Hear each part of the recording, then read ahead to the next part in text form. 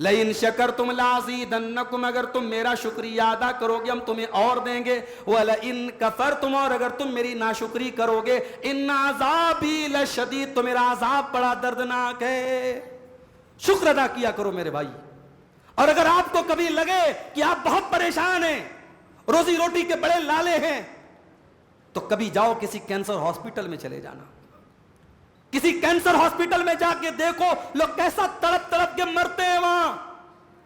کبھی ممبئی کے سیفی ہاسپٹل میں جا کے دیکھو کہ بنارس سے، مئو سے، یو پی سے، بنگال سے، بہار سے اپنے مریضوں کو لوگ لے جا کر کے وہاں کتنی مجبوری میں علاج کرانے کے لیے لاکھوں روپئے گھر مکان زمین بیچ کر کے لوگ علاج کراتے ہیں۔ ان مجبوروں کی مجبوری دیکھ کر کے آپ کو احساس ہوگا یار میں تو بہت آرام سے رہ رہا ہوں۔ میرے بھائیوں، ہمارا مسئلہ یہی ہے، ہمیں یہ تو یاد رہتا ہے کہ ہمارے پاس کیا نہیں ہے۔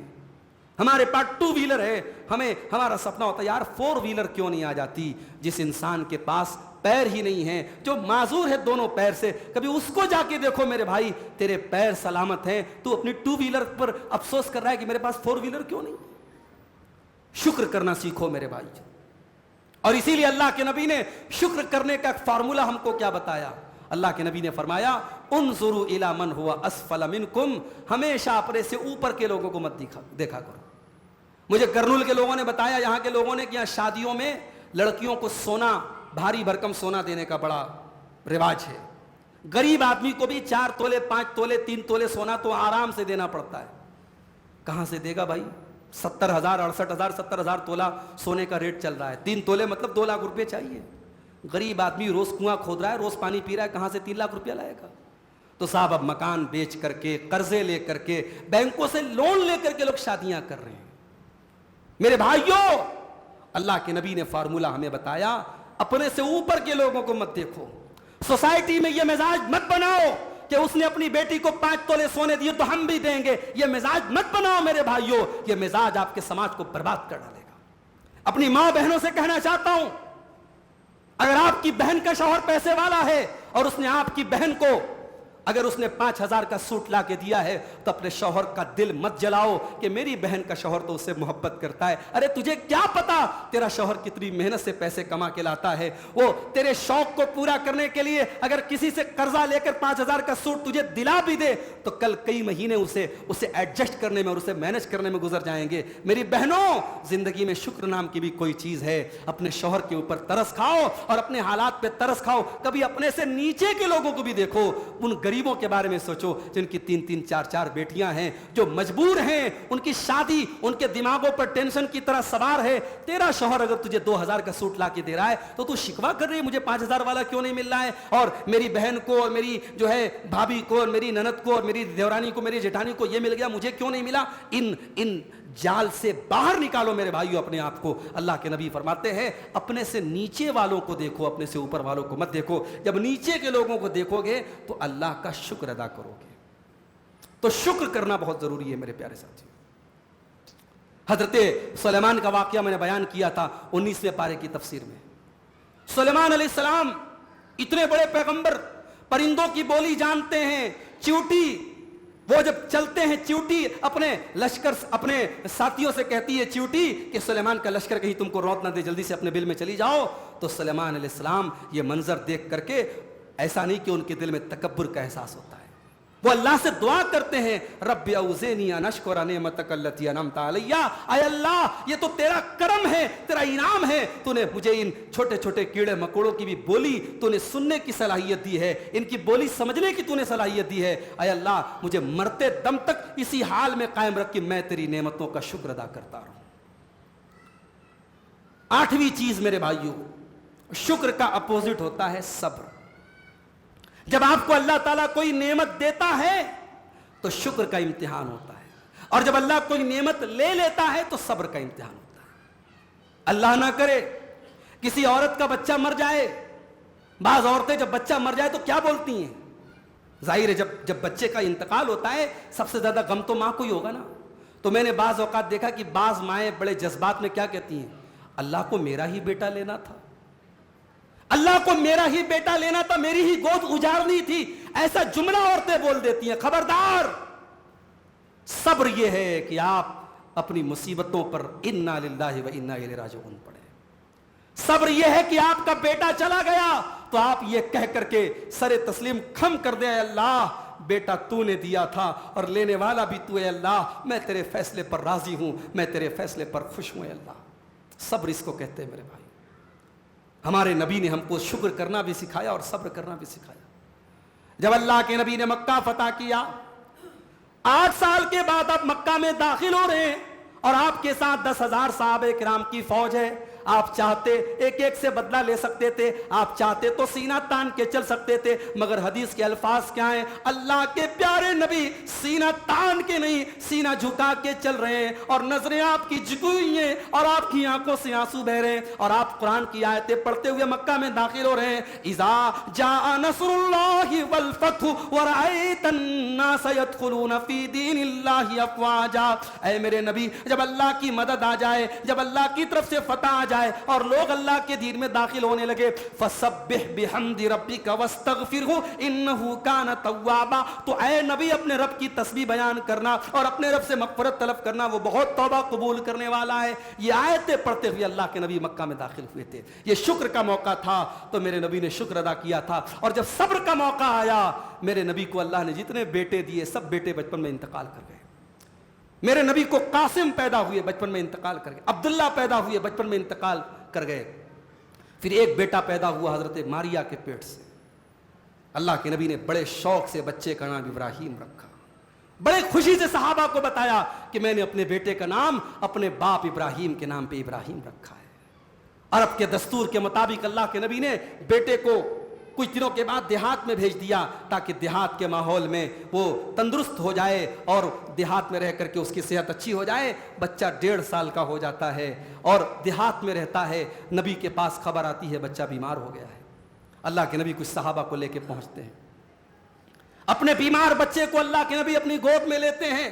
بچہ بخار میں لت پت ہے، بیمار ہے، دم ٹوٹ رہا ہے، سانسیں اکھڑ رہی ہیں۔ اللہ کے نبی سمجھ گئے اب میرا بیٹا چند سانسوں کا مہمان ہے، چند سانسیں میرے بیٹے کی بچی ہیں۔ اللہ کے نبی کی آنکھوں سے آنسو کے قطرے نکلتے ہیں اور زمین پہ گرتے ہیں۔ صحابہ کہتے ہیں اللہ کے نبی آپ رو رہے ہیں، اے اللہ کے نبی آپ کی آنکھوں سے آنسو بہ رہے ہیں؟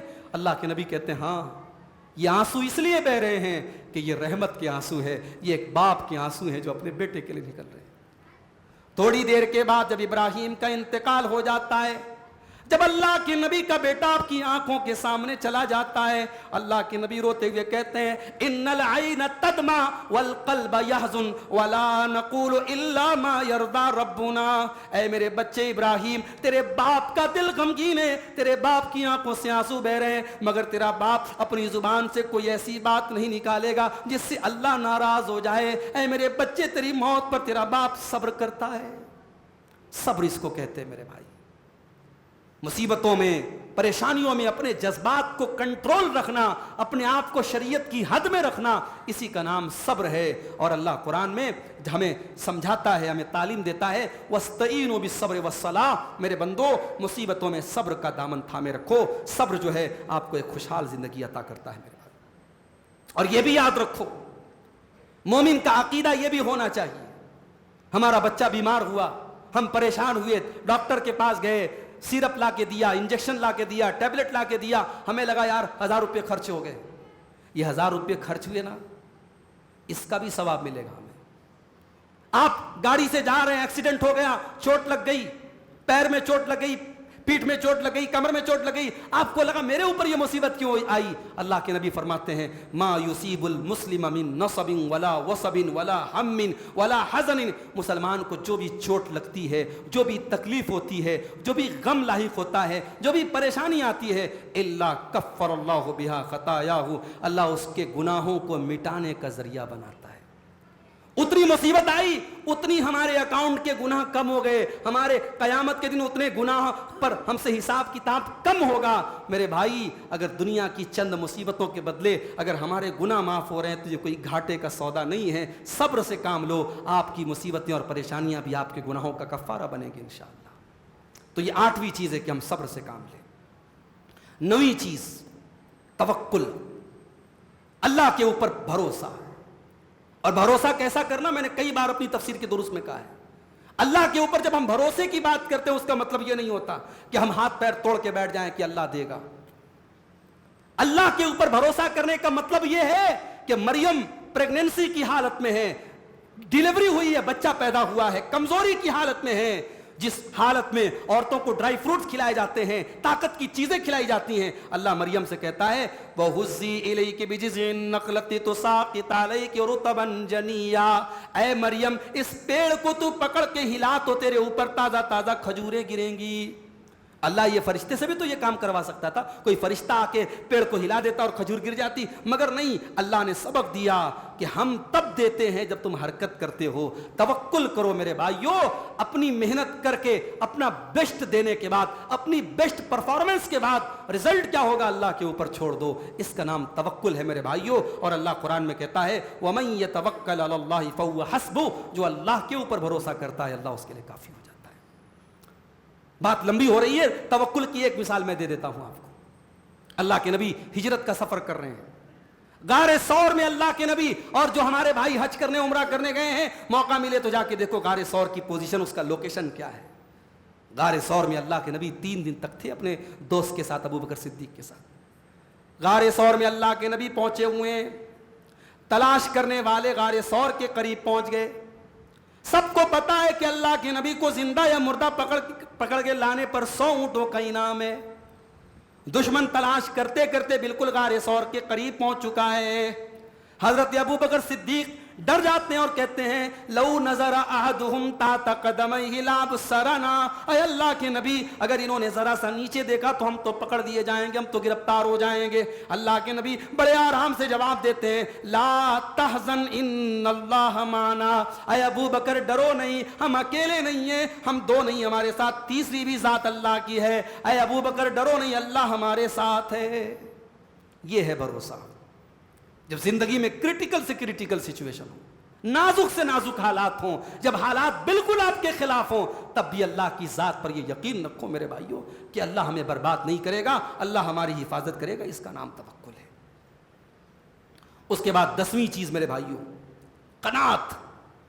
اللہ نے جو دے دیا اس کو اپنے لیے کافی سمجھنا.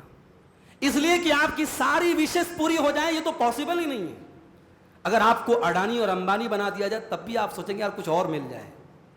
اللہ کے نبی کی حدیث ہے لو کان لابن آدم وادیان من ذهب لابتغى ثالثا, اگر آدم کے بیٹے کو سونے کی 2 وادیاں دے دی جائیں, سونے کے 2 پہاڑ دے دیا جائیں تو اس کا پیٹ بھر نہیں جائے گا, وہ کہے گا یار تیسری بھی مل جائے. لو کان لابتغى ثالثا, تیسری کی تمنا کرے گا. اور آگے اللہ کے نبی نے فرمایا ولا يملأ جوف ابن آدم الا التراب, آدم کے بیٹے کے لالچ کو اگر کوئی چیز بھر سکتی ہے تو قبر کی مٹی بھر سکتی ہے. جب تک زندہ ہے انسان وشز, آرزوئیں, تمنائیں, ڈیزائرز, خواہشات پیچھے لگی رہیں گی. وہ شاعر کا شعر ہے نا کہ بہت نکلے میرے ارماں لیکن پھر بھی کم نکلے, ہزاروں خواہشیں ایسی کہ ہر خواہش پہ دم نکلے. جب تک دم نہیں نکل جائے گا خواہشیں پوری نہیں ہوں گی میرے بھائی. تو قناعت کرنا سیکھو, اللہ نے جو دیا ہے اس پر راضی رہنا سیکھو. اللہ کے نبی فرماتے ہیں, ترمذی کی صحیح روایت ہے, 3 چیزیں جس کو مل جائیں وہ کامیاب ہے. قد افلح من اسلم, جو مسلمان ہے, جو انسان مسلمان ہے, وہ رزق کفافن, اور اتنی روزی اس کو مل گئی کہ اس کے بال بچے پیٹ بھر کے کھانا کھا رہے ہیں. پیٹ بھر کے کھانا کھا رہے ہیں, گوشت کھا رہے ہیں کہ بھاجی کھا رہے ہیں کہ سبزی کھا رہے ہیں, یہ نہیں بتایا اللہ کے نبی نے. اگر پیٹ بھر کے نارمل کھانا بھی آپ کھا رہے ہیں, آپ کے بچے سکون سے کھانا کھا رہے ہیں, اور آپ کے پاس اسلام کی دولت ہے, وَقَنَّعَهُ اللَّهُ بِمَا آتَا, اور اللہ نے جو دیا ہے اس پر آپ کو قناعت کی اگر اللہ نے توفیق دے دی, اللہ کے نبی فرماتے ہیں کہ آپ کامیاب ہیں. تو یہ قناعت جو ہوتی ہے, سیٹسفیکشن, اللہ نے جو دیا ہے اس پر سیٹسفائیڈ رہو میرے بھائی, اس پر مطمئن رہو, اس پر قناعت اپنے اندر پیدا کرو. کورونا کے دور میں ہم نے دیکھا کیسے کیسے لوگوں کی موت ہوئی. اگر کورونا کے مشکل دور میں بھی آپ بچ گئے اور 1445 ہجری کا رمضان آپ کو ملا, اور آج 21ویں رمضان کی طاق رات آپ صحت مند ہیں, اللہ کا شکر ادا کرو میرے بھائی. ورنہ کورونا کے دور میں ہم نے دیکھا ہے اور آج بھی دیکھتے ہیں, آج بیماری کی خبر آتی ہے, کل انتقال کی خبر آتی ہے. اگر آج اللہ نے آپ کو کسی بڑی ڈیسیز سے, بڑی بیماری سے بچا کے رکھا ہے, اللہ کا شکر ادا کرو میرے بھائی. اسی لیے اللہ کے نبی فرماتے ہیں من اصبح منکم آمنا فی سربہ معافا فی جسدہ عندہ قوت یومہ فکأنما حیزت لہ الدنیا. اللہ کے نبی فرماتے ہیں صلی اللہ علیہ وسلم 3 چیزیں جس کو مل جائیں سمجھو پوری کائنات مل گئی. آمنا فی سربہ, اپنے گھر میں آرام سے ہو. وہاں فلسطین میں لوگ بیٹھے ہیں اور ڈرون کے حملے ہو رہے ہیں, ڈرون کے حملے ہو رہے ہیں. کب اسکول پر ہو جائے, کب ہاسپٹل پر ہو جائے, کب بچوں پر ہو جائے, کب بڑوں پر ہو جائے, کوئی بھروسہ نہیں میرے بھائی. لیکن آپ اپنے گھر میں آرام سے ہیں, چین سے ہیں. اللہ کے رسول فرما رہے ہیں جو انسان آرام سے اپنے گھر میں ہے عندہ قوت یومہ, اور 24 گھنٹے کی خوراک کا انتظام ہے اس کے پاس. 24 گھنٹے سے آگے کا نہیں, صرف 24 گھنٹے کا انتظام ہے آپ کے پاس, اور آپ صحت مند ہیں, کوئی بڑی بیماری نہیں ہے. اللہ کے رسول فرماتے ہیں سمجھو کائنات کی ساری دولت آپ کو مل گئی. بہت ٹینشن کی زندگی مت گزارو میرے بھائی, آگے کیا ہوگا, آگے کا اللہ مالک ہے. اپنے بھوشیہ کے بارے میں سوچ کر کے, اپنے کل کے بارے میں سوچ کر کے اپنے آج کو برباد مت کرو, اپنے آج کو سکون کے ساتھ گزارو. آج بچوں کے ساتھ, بیوی کے ساتھ آرام اور سکون سے ہم جی رہے, کل کا اللہ مالک ہے. ہم سے بھی بہت زیادہ پریشانی میں دنیا میں لوگ زندگی گزار رہے ہیں. تو یہ ہے 10ویں چیز. اب 11 اور 12 سنا کے بعد ختم کرتا ہوں, وقت کافی لے لیا آپ کا میں نے. 11ویں چیز ہے میرے بھائیوں, اگر ایک پیسفل لائف گزارنا ہے لوگوں کے ساتھ احسان کیا کرو, لوگوں کے کام آیا کرو. درد دل کے واسطے پیدا کیا انسان کو, ورنہ طاعت کے لیے کچھ کم نہ تھے کروبیاں. فرشتے کم نہیں تھے اللہ کی عبادت کرنے کے لیے. اللہ نے ہمیں انسان بنایا تاکہ ہم ایک دوسرے کے کام آئے میرے بھائی. کوئی مصیبت میں ہے, کوئی پریشانی میں, کام آؤ. دولت اگر آپ کے پاس ہے دولت کے ذریعے کام آؤ. ڈاکٹر ہو, لوگوں کا علاج کر کے کام آؤ. اگر اللہ نے آپ کو سماج میں اسٹیٹس دیا ہے, لوگوں کی مصیبتوں میں ان کے کام آؤ. اللہ کے نبی فرماتے ہیں من نفس عن مؤمن کربتن, جو کسی مسلمان کی کوئی ایک تکلیف دور کرتا ہے, نفس اللہ عنہ کربۃ من کرب یوم القیامہ, اللہ قیامت کے دن کی تکلیفوں کو اس سے دور کرے گا. آج آپ اپنے کسی بھائی کے کام آئیں گے, کل قیامت کے دن اللہ آپ کے کام آئے گا. آج کسی مسلمان کے عیب پر پردہ ڈالیں گے, کل قیامت کے دن جب آپ کو پردے کی ضرورت ہوگی اللہ آپ کے گناہوں پر پردہ ڈالے گا. میرے پیارے ساتھیوں, لوگوں کے ساتھ حسن سلوک کرو, صلہ رحمی کرو, خدمت خلق کرو. نبی کی سیرت کا ایک چیپٹر یہ بھی ہے, نبی دوسروں کے کام آتے تھے, نبی بیواؤں کے, یتیموں کے, مسکینوں کے کام آتے تھے. آپ کی دولت اگر آپ کے گھر میں بہترین ٹائلز بچھانے پر خرچ ہو رہی ہے, بچوں کو اعلیٰ تعلیم دینے پر خرچ ہو رہی ہے, مجھے کوئی آبجیکشن نہیں, کوئی اعتراض نہیں ہے. مگر زندگی اپنی اور اپنی فیملی صرف انہی کی بھلائی چاہنے کا نام نہیں ہے. اپنے دائرے کو تھوڑا سا وسیع کرو میرے بھائیوں, اپنی آنکھوں کو تھوڑا سا روشن کرو. آج مسلمان اگر واقعی میں اپنے نبی کی سیرت پر صحیح طریقے سے عمل کرے, مسلمانوں کو لے کر کے جو سوچ ہے دنیا کی وہ بدل سکتی ہے انشاءاللہ. اور آخری چیز میرے بھائیوں, اپنے دل کو حسد سے پاک کرو, کینہ اور کپٹ سے پاک رکھو. اگر ایک پرسکون زندگی چاہتے ہو, حسد مت کرو میرے بھائی. کسی کو دولت ملی اس کے مقدر سے ملی, کسی کو نام ملا اس کے مقدر سے ملا. آپ کی زندگی میں آپ کے مقدر میں دولت ہوگی وہ ملے گی. اللہ کے نبی جناب محمد رسول اللہ صلی اللہ علیہ وسلم فرماتے ہیں حسد کرنا جائز نہیں ہے, لا حسدا, حسد کرنا جائز نہیں ہے, الا فی اثنتین, مگر 2 لوگوں سے حسد کر سکتے ہیں. رجل آتاہ اللہ الحکمہ, ایک وہ انسان ہے جس کے پاس علم ہے اور رات دن اپنے علم کے اوپر عمل کرتا ہے, علم کی تبلیغ کرتا ہے, علم کو پھیلاتا ہے, اس سے حسد کر سکتے ہیں. یہ نیا مسئلہ بیان کر رہا ہوں آپ کو, ابھی آج تک آپ نے سنا نہیں ہوگا کہ مولوی صاحب بیان کرے حسد کرنا جائز ہے. دیکھو ایک ہوتا ہے حسد اور ایک ہوتا ہے غبطہ. حسد کہتے ہیں کہ ایک انسان دوسرے کے بارے میں یہ تمنا کرے کہ اس کی جو نعمت ہے وہ چھن جائے اور مجھ کو مل جائے, اس کا نام حسد ہے. اور غبطہ کہتے ہیں کہ ایک انسان یہ تمنا کرے کہ اے اللہ اس کو ملی ہے مجھ کو بھی مل جائے. تو یہ ہے غبطہ اور یہ جائز ہے. مگر 2 چیزوں میں غبطہ کرنا بڑا ثواب کا کام ہے اور 2 چیزوں میں غبطہ کرنا چاہیے. 2 چیزوں میں ایک دوسرے سے آگے بڑھنے کی طلب کرنی چاہیے. ایک تو وہ جس کے پاس علم ہے اور اپنے علم کا صحیح یوز کر رہا ہے, اس کو دیکھ کر کے آپ کے دل میں آرزو پیدا ہو کہ اللہ کاش مجھے بھی علم ملا ہوتا اور میں بھی تیرے علم کو پھیلاتا. اور دوسرا جس کو مال ملا ہو اور مال کو اللہ کی راہ میں دن اور رات خرچ کر رہا ہے, آپ کے دل میں یہ آرزو پیدا ہو جائے اللہ مجھے بھی مالدار بنا دے, میں بھی تیری راہ میں خرچ کروں. تو یہ 2 لوگ ہیں جس سے غبطہ کرنا چاہیے، باقی حسد کسی سے بھی جائز نہیں، حسد کرنا حرام ہے۔ اور اللہ کے نبی فرماتے ہیں حسد آپ کے گناہوں کو، آپ کی نیکیوں کو کھا جاتا ہے، جیسے استرا جو ہوتا ہے بالوں کو مٹا دیتا ہے، ریموو کر دیتا ہے، ویسے ہی حسد انسان کی نیکیوں کو مٹا دیتا ہے۔ اور اسی لیے ایمان والوں کی ایک دعا اللہ نے قرآن میں سکھائی کہ ایمان والے دعا کرتے ہیں ربنا اغفر لنا ولاخواننا الذین سبقونا بالایمان، کہ اے اللہ ہم کو بھی بخش دے اور ہم سے پہلے جو ایمان لائے ان کو بھی بخش دے، ولا تجعل فی قلوبنا غلا للذین آمنوا، اور اے اللہ ہمارے دل میں ایمان والوں کے لیے کوئی حسد نہ ہو، کوئی جلن نہ ہو، کوئی کینہ نہ ہو، کوئی کپٹ نہ ہو، ایسا دل اللہ کو بہت پسند ہے۔ میرے بھائیوں یہ 12 چیزیں میں نے آپ کے سامنے بیان کی، دعا کیجیے اللہ تعالیٰ یہ 12 چیزیں ہم سب کو اپنے اندر پیدا کرنے کی توفیق عطا فرمائے، ایک خوشحال زندگی اللہ تعالیٰ ہم سب کو عطا فرمائے، رب العالمین ہماری مصیبتوں اور پریشانیوں کو دور فرمائے، جو بیمار ہیں اللہ ان کو شفائے کامل عاجل عطا فرمائے، جو روزی روٹی سے پریشان ہیں اللہ ان کے کاروبار میں برکت نصیب فرمائے، اللہ رب العالمین ہماری آج کی تاخرات میں جو بھی عبادتیں ہم نے کی ہیں یا کریں گے اللہ ہماری تمام عبادتوں کو قبول فرمائے، ہمارے جو بھائی اور بہن اعتکاف میں بیٹھے ہیں اللہ صحت و سلامتی کے ساتھ ان کو اپنا اعتکاف پورا کرنے کی توفیق عطا فرمائے، ہم نے اب تک جو تراویح پڑھی ہے، جو بھی روزے رکھے ہیں، تلاوت کی ہے، اللہ ہماری ٹوٹی پھوٹی عبادتوں کو اپنے فضل و کرم سے قبول فرما لے، رب العالمین ہمارے جان و مال کی، ہمارے عزت و آبرو کی حفاظت فرمائے، اللہ ہمارے مدرسوں کی، ہماری مسجدوں کی، ہمارے علماء کی، ہمارے دین کے تمام مراکز کی حفاظت فرمائے، اللہ ظالموں کے ظلم سے، شریروں کے شر سے ہم سب کی حفاظت فرمائے، اللہ ہماری صفوں میں اتحاد پیدا فرما دے، اللہ ہمارے دلوں میں اپنی توحید کی عظمت پیدا کر دے، اپنے نبی کی سچی محبت پیدا کر دے، اپنے نبی کے صحابہ کی اور اپنے نبی کے اہل بیت کی سچی محبت پیدا فرما دے، رب العالمین ہمیں ریاکاری سے بچائے، دکھاوے سے بچائے، لالچ سے بچائے، حسد سے بچائے، رب العالمین آج کی اس رات میں جو دعا تیرے نبی نے ہمیں سکھائی ہے ہم وہی دعا تجھ سے کرتے اللہم انک عفو تحب العفو فاعف عنا، کہ اے اللہ تو معاف کرنے والا ہے، معافی کو پسند کرتا ہے، ہم کو بھی تو معاف فرما دے، اے اللہ قرآن کریم سے ہمارے تعلق کو مضبوط کر دے، ہم سب کو قرآن کریم کو غور سے پڑھنے کی، اس پر عمل کرنے کی ہم سب کو توفیق عطا فرما، اے اللہ ہمارے وہ بھائی جو دنیا کے کسی بھی خطے میں کسی بھی پریشانی میں ہیں اے اللہ ان کی پریشانیوں کو دور فرما دے، اے اللہ فلسطین میں ہمارے مظلوم بھائیوں کی مدد فرما، اے اللہ ان کے خلاف پلاننگ کرنے والے اور ان کے خون کی ہولی کھیلنے والے اور ان پر ظلم کرنے والے ظالموں کو تو نیست و نابود کر دے،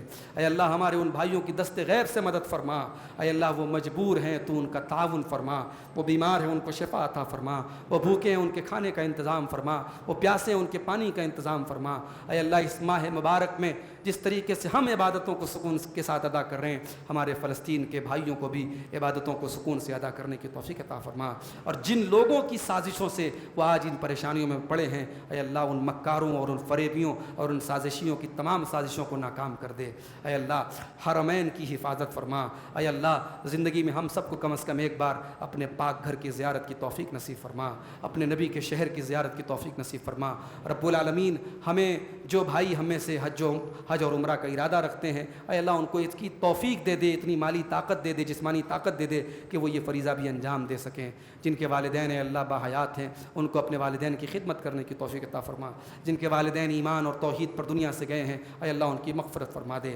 اے اللہ ہمیں اپنے والدین کی خدمت کرنے کی، ان کی قدر کرنے کی توفیق عطا فرما، ربنا تقبل منا انک انت السمیع العلیم وتب علینا انک انت التواب الرحیم، وصلی اللہ تعالی علی نبینا محمد وعلی آلہ وصحبہ اجمعین، والسلام علیکم ورحمۃ اللہ وبرکاتہ۔